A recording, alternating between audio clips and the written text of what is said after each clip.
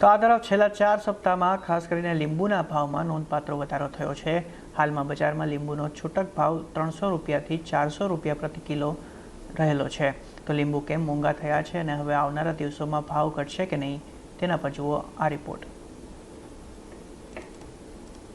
ગરમીમાં રાહત આપતા આ લીંબુના ભાવમાં અત્યારે તો આગ લાગી ગઈ છે। એક મહિના પહેલા કેટલો ભાવ હતો અને શું કારણથી ભાવ ડબલ થઈ ગયો એ જાણીએ ચિરાગભાઈ પાસેથી। ચિરાગભાઈ, ભાવ એક મહિના પહેલા અને અત્યારે શું સ્થિતિ છે અને આ ભાવ વધવાનું કારણ? એક મહિના પહેલા સાહેબ એવું હતું કે 100 થી 150 રૂપિયા કિલો વેચાતા હતા રિટેલમાં, જે અત્યારે વધીને 200 થી 400 રૂપિયા રિટેલમાં વેચાય છે।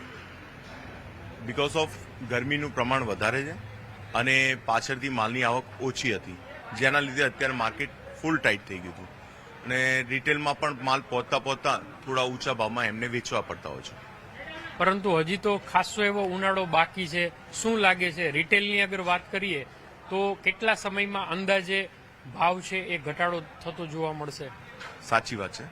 હવે ટૂંક જ સમયમાં, પહેલા બીજા બધા સ્ટેટમાંથી માલ આવતો હતો એ ઓછો હતો, હવે બીજા સ્ટેટમાં જે 5 ગાડી આવતી હતી એના બદલે અત્યારે 10 થી 15 ગાડી થઈ ગઈ છે અને હવે વિધિન 2 વીક્સની પછી મારા ખ્યાલથી હોલસેલમાં માર્કેટ ડાઉન થશે અને ધીમે ધીમે રિટેલમાં પણ સસ્તા લીંબુ મળતા જ રહેશે।